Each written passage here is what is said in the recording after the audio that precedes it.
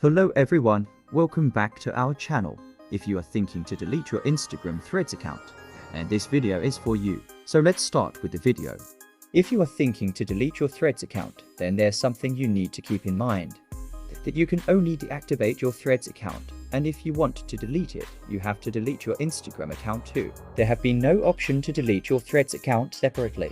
The head of Instagram, Adam Mosseri, looking into this problem said, "I've been getting some questions about deleting your account." To clarify, you can deactivate your Threads account, which hides your Threads profile and content.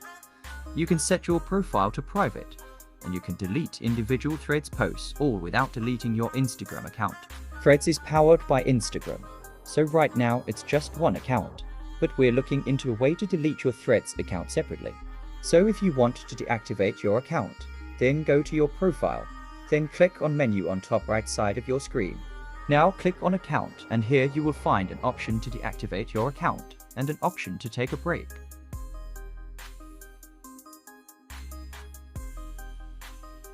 And you can make other account settings from Instagram application. Thanks for watching. Subscribe my channel and press the bell icon for all latest updates.